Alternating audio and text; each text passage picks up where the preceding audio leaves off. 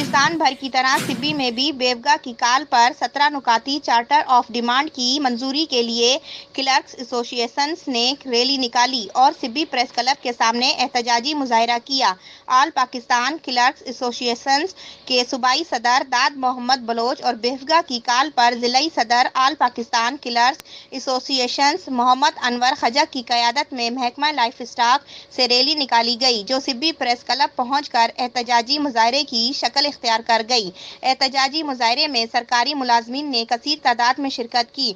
मुलाजमीन ने हाथों में प्ले कार्ड्स और बैनर्स उठाने के साथ साथ सूबाई हुकूमत को सख्त तनकीद का निशाना भी बनाया।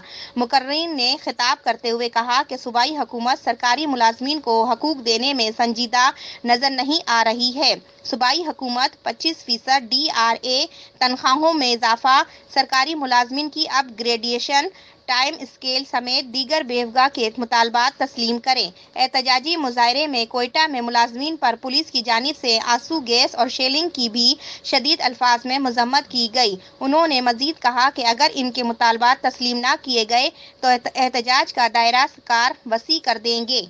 इस वीडियो को लाइक करके शेयर कीजिएगा, चैनल को सब्सक्राइब करके बेल आइकन को प्रेस कीजिए ताकि हमारी आने वाली तमाम नई वीडियोस आपको बर वक्त मिलती रहें।